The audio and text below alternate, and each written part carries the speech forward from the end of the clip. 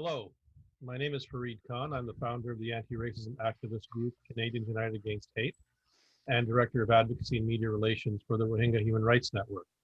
I'd like to welcome viewers to Diversity Dialogue, conversations with prominent people who work in the area of human rights and anti-racism. Today we will be speaking with Tom Woodley, who is the president of the Montreal-based NGO Canadians for Justice and Peace in the Middle East. Tom has a bachelor's degree in electrical engineering from Carnegie-Mellon University and a master's degree in the same field from the Stevens Institute of Technology in New Jersey. He also has a master's in public administration from Indiana University's School of Public and Environmental Affairs. Tom has considerable experience in the public sector, having worked for the federal government for a number of years. In addition, he has a long history working in the NGO and volunteer sector, having volunteered for several international NGOs in Africa and the Middle East. Tom has been involved with CJPME since its founding in 2004. Welcome to Diversity Dialogue, Tom. Thank you. Thanks for having me. I will start out just for transparency to say that Tom and I have worked together before on a number of human rights and anti-racism issues, and I have supported the work of CJPME. So Tom, before we begin, could you please explain to viewers how CJPME came to be? Sure. Well, we were founded in 2004, like you say. We actually, prior to that, we had been doing some humanitarian fundraising to help the Palestinians. My wife is a Palestinian Canadian, and so that was sort of the initial connection. But we had lots of friends who were Palestinian and from the Middle East, and we were all concerned about the humanitarian situation of the Palestinians. So we actually did 2 or 3 major projects, humanitarian, where we raised money. In one case, we equipped a surgical unit in outside Hebron. Another case, we helped an agricultural project outside of Nahalin.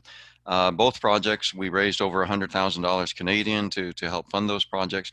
But after a point, we realized, there's it's not like an earthquake hit Palestine. It's not like there was a tsunami that hit Palestine. Palestinians live, impoverished lives, restricted lives because of the political situation, because of Israel's occupation and oppression, and because the international community puts up with it. And so we felt it would be better to have a focus on more the policy side and change the politics around the situation. One of the biggest things that we feel we need to do is just help educate the public as to what's actually going on there, help people understand the historical context. So those are our very early origins. We've evolved a lot, of course, since 2004, but that was how we came to be, and that's how we ended up doing the policy and political advocacy, that work that we do today.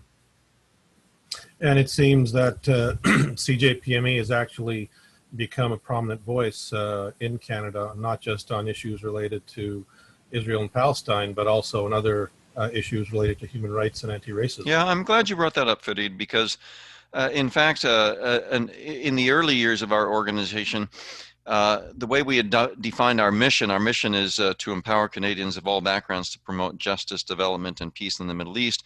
We felt that almost was restrictive in terms of we felt like we could only talk about things in the Middle East. But of course, back then people weren't talking about intersectionalism the way they are today. But of course, these things are all interconnected. And so, if you have a situation of oppression in Palestine, or if you have Israel bombing Lebanon, it's very, we need to be able to speak out about what's happening here in Canada. So for instance, in the Israel's 2006 bombing of Lebanon, there was a peace demonstration here in Montreal, and some of the media covered, and they said, well, there are these people that are demonstrating in support of terrorists. And it's like, well, no, people are demonstrating for peace in Montreal, that the Security Council would call for a ceasefire. And so we really felt like there was this interconnectedness, that what goes on in the Middle East influences people's view of Arab Canadians here in Canada, and what happens in Canada influences people's view of what happens in the Middle East. So there's this connectedness, this intersectionality. And so we actually changed our mission to add, justice, peace in the Middle East, as well as here in Canada, so that we could address these issues. Another great example of this type of thing is, of course, the situation we have here in Canada, especially in Quebec, with Islamophobia. You know, my colleagues and I, we actually, you know, literally visibly noticed the upsurge in Islamophobia in Quebec over the past 10 years. When we started CJPME, the Islamophobia wasn't nearly as bad in Quebec as it is today, or as it was 2 years ago. And my anecdotal feeling is that people were horrified by the images, by the things that they heard about the Islamic State and its activities in war-torn Syria, and they then transferred that horror onto the Muslim population in Canada. Totally unfairly, of course, because many of the people who are Muslim in Canada have actually fled that sort of violence before, you know, in coming to Canada. And of course, the Islamic State's victims, before they murdered their first Western journalists, they'd been murdering hundreds and hundreds of Muslims in Syria. And so it was very important to us to be able to speak out about, say, Islamophobia as another example here in Canada. And what's really very satisfying and thrilling from my perspective is that we have a board which really sees that connectedness. And we had a review. CJPME had been working on the Islamophobia issue for a few years, and a year and a half ago, I queried my board, said, "Look, guys, you know, we've been doing this. What's your feeling? Would you like us to continue? Do you see this as being part of the mandate?" And the response was overwhelmingly yes, that this is essential. This is essential to what CJPME is and what we need to continue to do, in addition to our human rights work with war-torn areas in the Middle East. Given CJPME's founding as an organization that addressed issues related to Israel's occupation and oppression of Palestinians, could you provide a perspective on how the situation of the Palestinians has evolved since CJPME was founded, and whether the Canadian government is being honest or sincere in its approach to dealing with Israel's treatment of Palestinians? Well, sure. I think the first part is going to be easier to talk about than the second part, or is going to be more. My answer is going to be more clear. There's been a number of changes, some for the worse and some for the better. You know, as I say, we were founded officially in 2004 as CJPME.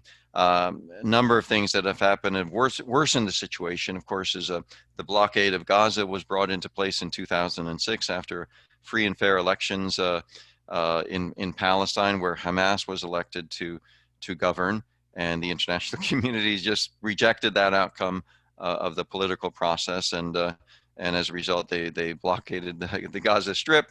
So that definitely was a downturn. There's been much increased colonization of the West Bank by Israel. Of course, I mentioned this. Of course, it's illegal. It's illegal to colonize territory that you occupy militarily. There was the failure of negotiations under Obama. Of course, a number of people no longer feel like a two-state solution is viable anymore. But for better or worse, the Obama administration was trying that, and those broke down when the Israelis walked away from the table. Of course, then you had the Trump years, where a lot of things took a downturn. The U.S. moved its embassy to Jerusalem, breaking with the tradition of not recognizing Israel's illegal annexation of Jerusalem. The Trump administration legitimized Israel's annexation of the Golan Heights. They also ended their funding to the Palestinian Authority and to UNRWA, the UN organization that supports Palestinian refugees. They pushed for a peace plan that actually didn't consult the Palestinians at all. So a lot of very negative things, unfortunate things have happened since we began in 2004. We're hoping that the Biden administration will reverse some of the pretty awful things that happened under the Trump administration. On the good side, the launch of the boycott, divestment, and sanctions movement began in 2005, or that's when it was launched, when you had 170 organizations from Palestinian civil society launch that. I feel like there's greater awareness of Israel's abuses. Israel has launched, in the past 15 years, has launched several ill-advised assaults, especially on Gaza in 2007, 2008, 2009, in 2014, were the two worst, but there have been several smaller assaults on Gaza. And I think people are more aware of, that it's 40, 50 years ago, there was this sort of thought of, well, Israel is the David in a Middle East of Goliaths. But now it's clear that Israel is the Goliath, Israel is the bully, Israel is the powerhouse, and they're just bullying the Palestinians and denying them their rights.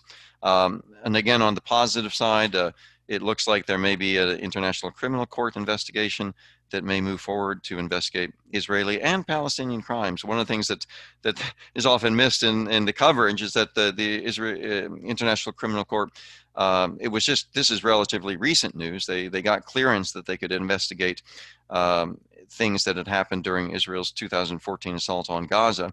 The actual investigation will include investigation both of Israeli actions and Israeli officials, as well as Palestinian. But for some reason, there's only a focus on the fact that they're investigating Israelis. And of course, Israel is doing everything they can to stop this. And I, like many others, say, look, if they have nothing to hide, why are they so concerned about this going ahead? And of course, there was the Security Council Resolution 2334 in 2016, right at the end of the Obama years, where the United States roundly condemned in the Security Council, well, the entire Security Council roundly condemned Israel's illegal colonization of the Palestinian territories. So those are some of the good and bad. One point I'll make as I wrap up that time is not on the Palestinian side, and sometimes we forget that. But let's face it, there's a certain amount of donor fatigue. There's a certain amount of political fatigue on behalf of on the part of the international community. And you have, a humanitarian situation like what we have right now in Yemen. And it's hard to say, well, we need to continue, our 56th year of supporting Palestinian refugees, rather than saying, well, there's this terrible new thing going on in Yemen and we need to divert money there. So time is not on the side of Palestinians, both on the humanitarian side as well as on the political side. It almost becomes a joke, that not a joke, but sometimes people almost treat it facetiously in terms of, well, concerned about the Middle East, or when will there be peace in the Middle East type of thing. And so I think people just sort of get tired of hearing about conflict in the Middle East. So, and I think Israel, being the stronger party, is able to take advantage of this period more so than the Palestinians. We need to be careful that we don't assume that the international aid and the international from governments is going to be indefinite, and we need to do what we can to bring this to a just conclusion as soon as possible. In terms of whether or not the Canadian government is transparent and sincere in its efforts, it's hard to make a good case for that. The Liberal government is far better than the Conservative government has been under the Harper years. Nevertheless, Liberal government really does not walk the talk. Canada has officially on its website, on its foreign affairs website, or I guess they call it global affairs now, they have a relatively balanced official position on the Israel-Palestine conflict. However, from a day-to-day perspective, the Liberal government just does not live up to that policy. They are very quick to criticize any rights violation on the part of the Palestinians, and almost never criticize any rights violations on the part of the Israelis. One of the things that bothers me most is all of the Canadian parties have this policy. They say, we believe, when you press them on things, and when you ask them questions, they say things like, we believe in a negotiated two-state solution that will lead to peace and security for both peoples. But the thing is, there are not negotiations going on right now. So what do we do while negotiations are not occurring? Do we just let the more powerful party beat up on the less powerful party, which is what's happening? Do we let Israel continue to seize Palestinian land? Do we let Israel continue to illegally colonize Palestinian land? Do we let Israel continue to restrict the movement and access of Palestinians to their land and their livelihoods? And so this platitude, we believe in a negotiated two-state solution. Well, that's great. Let's we're all for getting negotiations going, but what are you going to do for the moment, for now? Yeah, And sorry to interrupt. You actually make a very Oh, good point about the power imbalance, and it seems that we're seeing some of that power imbalance play out around the world in Western countries as it relates to the definition of anti-Semitism, because you have many yeah, pro-Israel organizations in Canada and other Western nations trying to pressure Western governments and institutions like universities to adopt the International Holocaust Remembrance Alliance's definition of anti-Semitism, which includes defining anti-Semitism as any legitimate political criticism of the government of Israel and its treatment of Palestinians. So I want to ask, how has CJPME been active on this issue, and what do you think adoption of this definition would mean for legitimate political debate on issues related around Israel and Palestine? yeah. Well, I think for people that are sort of interested in this question, it's important to actually go to the IHRA website. I guess it's the International Holocaust Remembrance Alliance. Yeah. I would encourage you to actually go to their website, and I think it's on their homepage. Look it up yourself to understand what's significant about it. We're all opposed to anti-Semitism. I know you are, Fareed. We certainly are. It's a terrible, terrible thing with a terrible historic record in terms of just throughout history. There, Jews have been oppressed and mistreated and excluded and massacred because of anti-Semitism. So we all oppose it. On the other hand, we cannot let people who are simply partisans of Israel redefine anti-Semitism as being simple criticism of Israel. And the problem with the IHRA definition, I have a number of Jewish friends and talked with members of a number of Jewish organizations who say, you know, we don't necessarily think that the definition is the best, but it's passable. There are better definitions, certainly, of anti-Semitism. But the biggest problem with the IHRA definition is that in addition to the definition itself, which seems relatively innocuous, in addition to the definition itself, they provide 11 examples of what they say, you know, examples of what anti-Semitism is. And of those 11 examples, 7 of them refer to Israel and refer to Zionism. And as one of my friends pointed out, you know, if Canadians are concerned about anti-Semitism in in Canada, like we should be, we are Canadians, we operate in Canada, we should be concerned about anti-Semitism is in Canada, and we certainly stand against it. But if that's the concern, why do 7 of the 11 examples refer to Israel and Zionism? So that's really the problem with the definition, is that this is sort of, it's an attempt by partisans or supporters of Israel to actually outlaw criticism of Israel.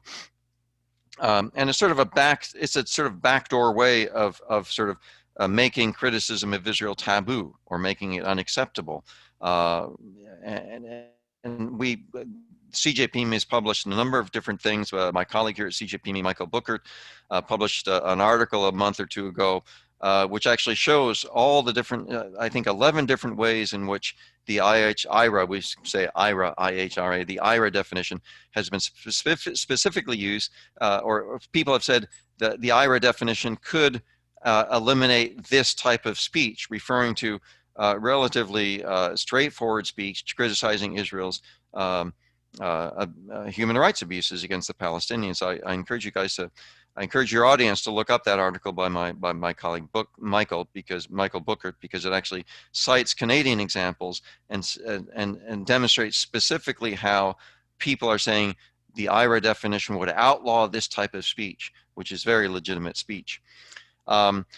So in terms of our involvement, I first, before I talk about our involvement, I think the people that are leading the charge in terms of opposing the IHRA definition here in Canada is our friend, is our partner organization, Independent Jewish Voices Canada. They're a fantastic organization of progressive Jewish Canadians who have been watching this issue for many years. We too have seen this issue. You know, the issue emerged in other countries, or this definition was being pushed in other countries before it came to Canada. So we knew it was coming. So Independent Jewish Voices Canada, IJV, we call them, they've been leading the charge and doing a great job mobilizing Canadians to sort of oppose this. And we've tried to support them as best we can. We've written a number of different letters, made a lot of statements and press statements on this, mobilized our people through social media and otherwise to get people to stand up against this. It's a little bit like that game Whack-A-Mole. I don't know if you know it Yeah. Yeah. in the fairs. Where the thing pops up and you hit it with a little hammer, and another one pops up and you have to keep hitting it in these. And so supporters of Israel are trying to get this IRA definition passed all over the place in provincial legislatures, in city councils and things. I just heard, for instance, earlier today that there's going to be an effort next week to get some sort of statement on the IRA definition passed in Montreal City Council. And so we've got to sort of mobilize ourselves and try to convince those city councilors to not pass the IRA definition. But if they want to pass a definition about anti-Semitism, to consider some of the other excellent definitions of anti-Semitism without encroaching on free speech around Palestinian human rights or Israeli abuses. Turning to things here in Canada, this past year, since the murder of George Floyd in the U.S., we've seen a heightened public awareness about racism in this country. However, it seems that certain political leaders across the country, including Quebec's premier, don't believe that there is a systemic racism problem within their jurisdictions. This is despite the fact that 6 members of the Muslim community were murdered by a white supremacist while worshiping at a Quebec City mosque in January 2017, despite violent incidents of hate in every part of the country, and despite repeated incidents of police brutality across the country targeting Indigenous, Black, and Brown people. In light of all this, if you were sitting down face to face with some of these political leaders, or let's say you were sitting down face to face with Quebec Premier Francois Legault, who seems to be blind to racism, what would your message be to him? Yeah, it's a great question, Fareed. Well, the first thing I try to do is I try to talk about facts. I think it's very important that we have fact-based policy, and unfortunately, a lot of these policies that like some of the ones, Bill 21 here in Quebec, a lot of these policies are simply not based on fact. There's a myth that sort of immigrants have a higher rate of unemployment or a higher rate of crime. That's just simply false. Immigrants are very hardworking people, and and have very low levels of crime. They're here to make a new life for themselves. They're not here to sort of take advantage of Canadian Canadians in any way. So there's that. There's also facts that show that immigrants are not trying to impose their own values, but came to Canada because they love what Canada stands for. So I think in terms of the facts, I challenge politicians who push these policies, say, look, there's no facts, there's no literal facts that actually support the implementation of these fear-mongering policies. In terms of Bill 21, which is Quebec Francois Legault's government's attempt to prevent people with deep religious faith from wearing any religious garb. There was literally no example of, say, a Muslim trying to proselytize while on the job in a position of authority in Quebec. So these are, they're sort of creating this sort of response to a problem that doesn't even exist. So I'd say, look, there's just these facts. Will you face these facts? Now, I think sometimes these politicians, they're not actually interested in the facts, and that's a very sad thing, and that's a very dangerous thing for democracy when politicians prefer to actually play on people's fears rather than develop facts-based policy. And so. And I think that's what's happening with Legault, is that he felt that he could mobilize, he could get elected if he mobilized people based on their fear, if he promised them that he was going to somehow crack down on Quebec's Muslim Canadian minority.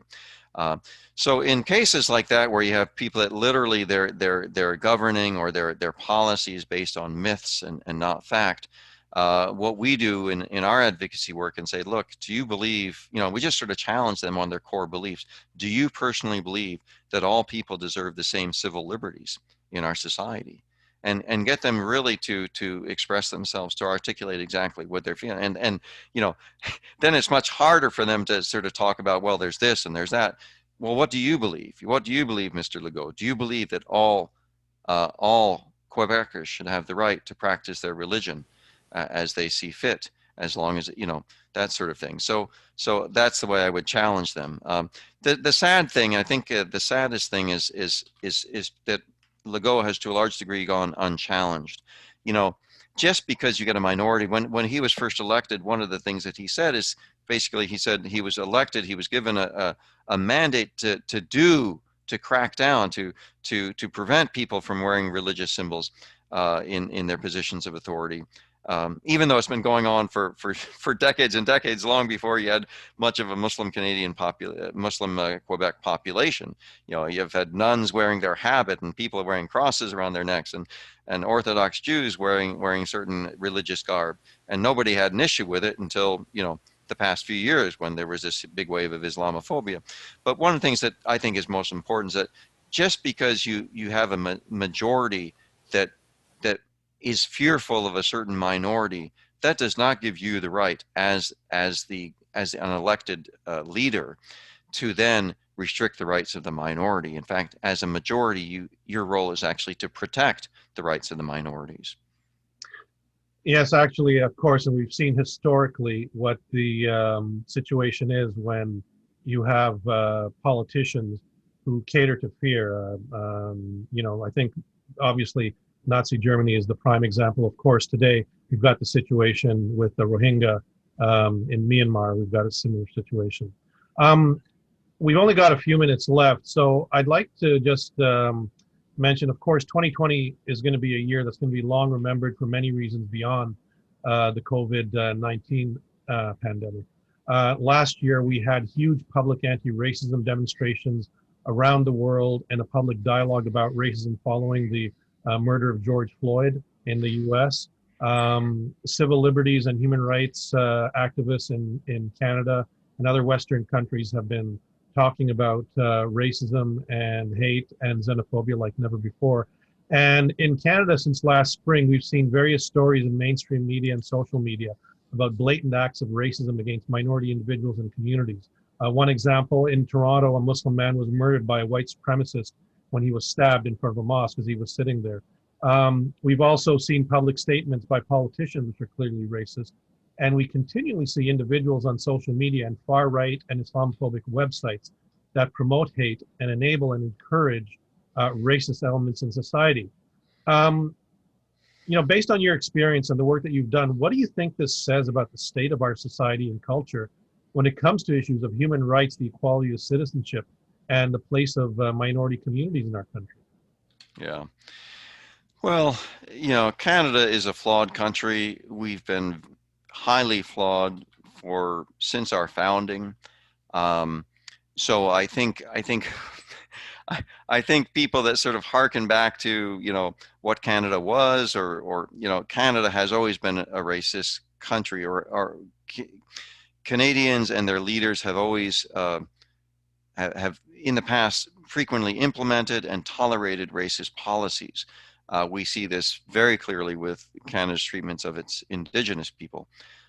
So this is, I should say, nothing new. I think the challenge here is that a lot of people have sort of ignored Canada's racist history with its Indigenous people, and think of Canada as this nice, benevolent country. Now, I'm not saying that every Canadian, including me and you, Farid, I'm not saying that we're all these monsters and just sort of running around and being mean to people and bullying people. But as a society, Canada has permitted these things to go on and on. I mean, as individuals, everyone has their good side and bad side, and we all we love our neighbors, we love our family, we love our people in our community. So it's this broader acceptance and tolerance of mistreatment of minorities. So we're flawed in many of the same ways that the U.S. is flawed.